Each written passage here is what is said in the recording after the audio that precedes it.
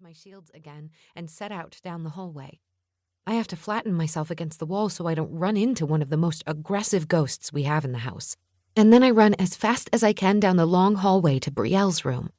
I close the door behind me and climb into the bed with her, surprised to find our baby sister Daphne already there. "We all dreamed tonight," Brielle murmurs softly as I join them. "Yours must have been bad to risk the house at night to get here." "So much fire," Daphne whimpers. "Why is there always fire?"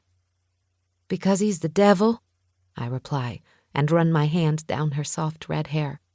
Suddenly a door slams somewhere in the house. "Oh no," Brielle says. "Mill, already looking." I reach out again and feel everything in me go cold in terror. Hide.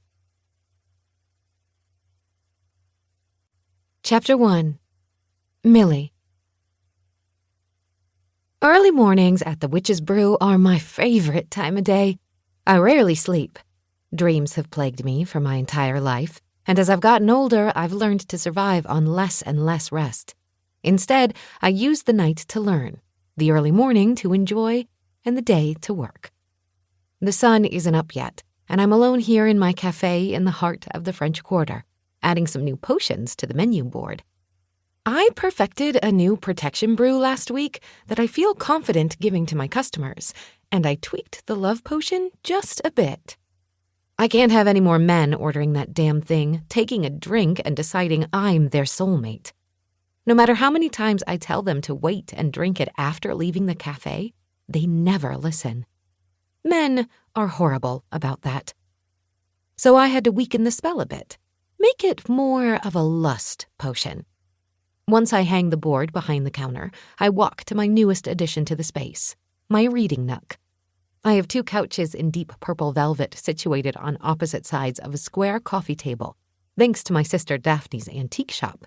She says the table came from a couple so deeply in love that they died within minutes of each other, so one wouldn't have to know life without the other. And Daphne would know. She's psychometric. She sees the past when she touches objects.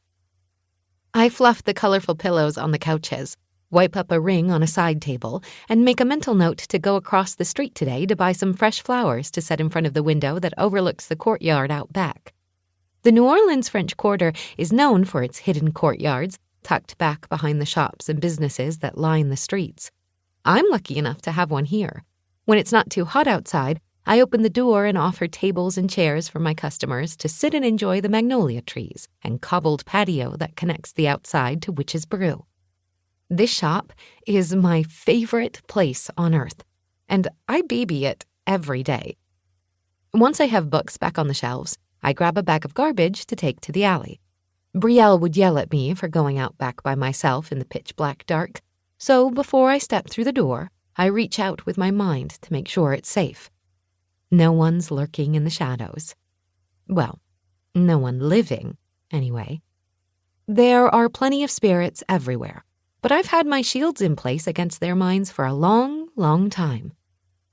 I hurry out and swing the heavy trash into the dumpster, and then turn to go inside before stopping short. My senses suddenly alive in awareness. Meow. I tilt my head to the side, trying to see better in the darkness. Hi there. Excuse me. I open the door to my shop and am surprised when the cat walks in beside me. In the light of the cafe, I can see that she's a petite calico with one blue eye and one gold.